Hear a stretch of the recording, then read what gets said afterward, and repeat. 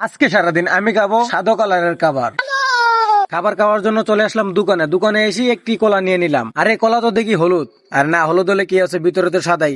তাহলে চলো আমাদের প্রথম নম্বর খাবারটিকে শেষ করা যাক। এখন আমি দোকানে বসে চিন্তায় পড়ে গেলাম, ভাবতে লাগলাম কি খাবো। হঠাৎ করে আমার চোখ পড়লো ফ্রিজের দিক দিয়ে। ফ্রিজের ঢাকনা খুলতেই আমার চোখে লাগলো লাচ্ছি। তাহলে চলো এখন লাচ্ছিটিকে খাবারটি কমপ্লিট করে ফেলি। আর একটা কথা, লাচ্ছি সাদা হয় এটা আমরা সবাই জানি।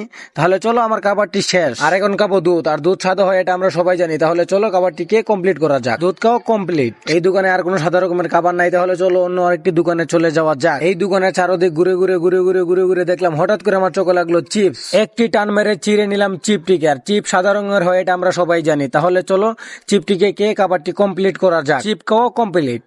তারপরে খাবো আমরা হচ্ছে গিয়ে একটি মামা সাদা কালার হয় এটা আমরা সবাই জানি। তাহলে চলো সেটিকে কে কমপ্লিট করা যাক। তাহলে এখন চলো আবার আরেকটি দোকানে চলে যাওয়া যাক। এখন খাবো হচ্ছে ফুটবল চিপস, আর আমাদের ফুটবল চিপস খাওয়া কমপ্লিট। এখন খাবো হচ্ছে ভুট্টা বাজার, এটাই আমাদের লাস্ট খাবার, আর আমরা খাবো না। আর তোমরা এই মিনি ব্লগের জন্য পটাপট করে লাইক এন্ড সাবস্ক্রাইব করে পাশেই থাকো। বাই।